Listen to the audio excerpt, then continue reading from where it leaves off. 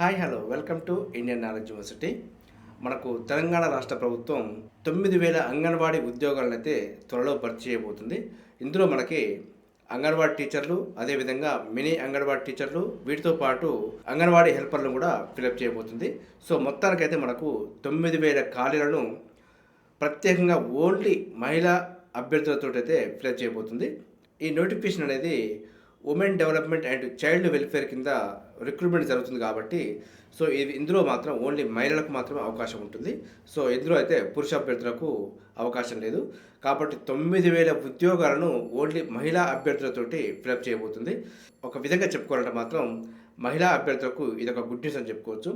So 9,000 anganwadi ఉద్యోగాలని గతంలో ఏ విధంగా fill చేశారు, సో ప్రస్తుతం మనకు మార్పులతోటి మనకు ఏ విధంగా ఫిల్ చేయబోతుంది అనే విషయాన్ని అయితే మనం చూసే ప్రయత్నం చేద్దాం.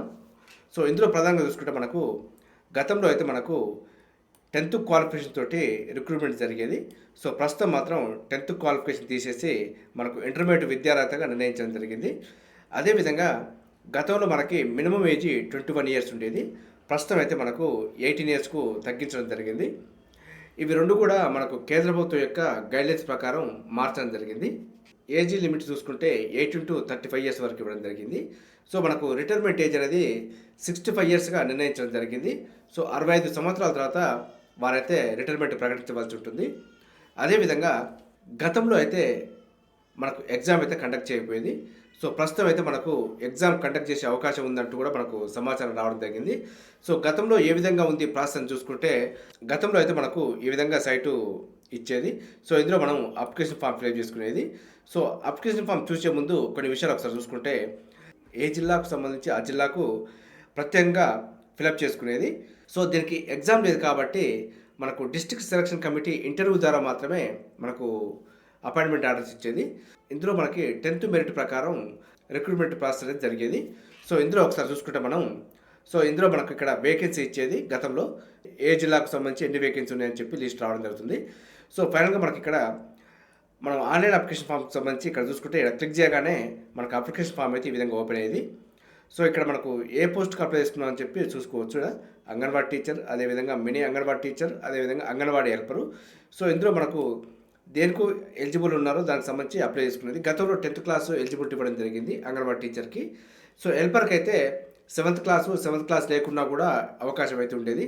సో ఈసారి మాత్రం అంగన్వాడీ టీచర్కి ఇంటర్మీడియట్ విద్యార్హత నిర్ణయించడం జరిగింది. సో మనకు అంగన్వాడీ హెల్పర్కి సంబంధించి ఇంకా విధి విధానం అయితే రాలేదు.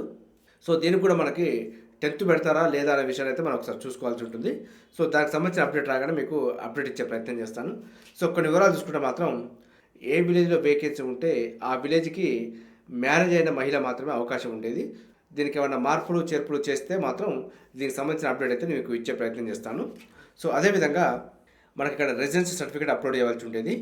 అదేవిధంగా 10th క్లాస్ మేము ఇప్పుడు ఇంటర్మీడియట్ విద్యార్హత కాబట్టి ఇంటర్మీడియట్ సంబంధించింది అప్లోడ్ చేయవలసి ఉంటుంది. అదేవిధంగా డేట్ ఆఫ్ బర్త్. సో మనకు డేట్ ఆఫ్ బర్త్ సంబంధించి 10th మేము అప్లోడ్ చేయవలసి ఉండేది. వీటితో పాటు హయ్యర్ ఎడ్యుకేషన్స్ ఏమైనా చేసి ఉంటే మాత్రం దానికి సంబంధించిన సర్టిఫికెట్. అదేవిధంగా ఇందులో కొంత అయితే మనకు విడోస్కి కానీ ఆర్ఫన్స్కి కానీ అదేవిధంగా డిఫరెంట్ ఏబుల్డ్ పర్సన్స్కి అయితే ఎక్కువ అవకాశం ఉంటుంది. సో ఇందులో గతంలో అయితే ఈ విధంగా ఉండేది.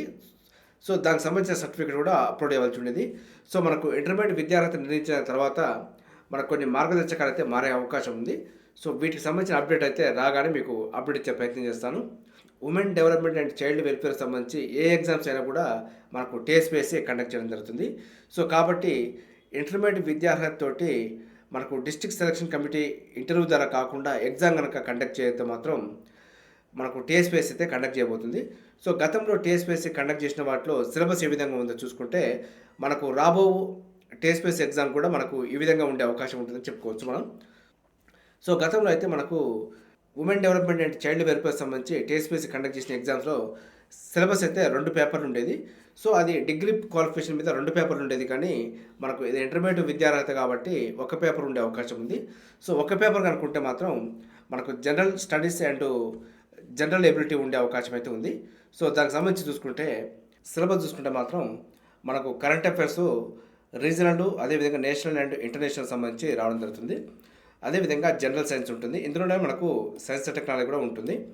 అదేవిధంగా ఎన్విరాన్మెంటల్ సైన్స్, అదేవిధంగా తెలంగాణ జాగ్రఫీ అండ్ డెవలప్మెంటు, అదేవిధంగా modern history and national movement, అదేవిధంగా Telangana history and Telangana movement, Indian polity, అదేవిధంగా తెలంగాణ సంస్కృతి సాంప్రదాయాలు, అదేవిధంగా సాహిత్యాలు, అదేవిధంగా మనకు logical reasoning, analytical ability and data interpretation.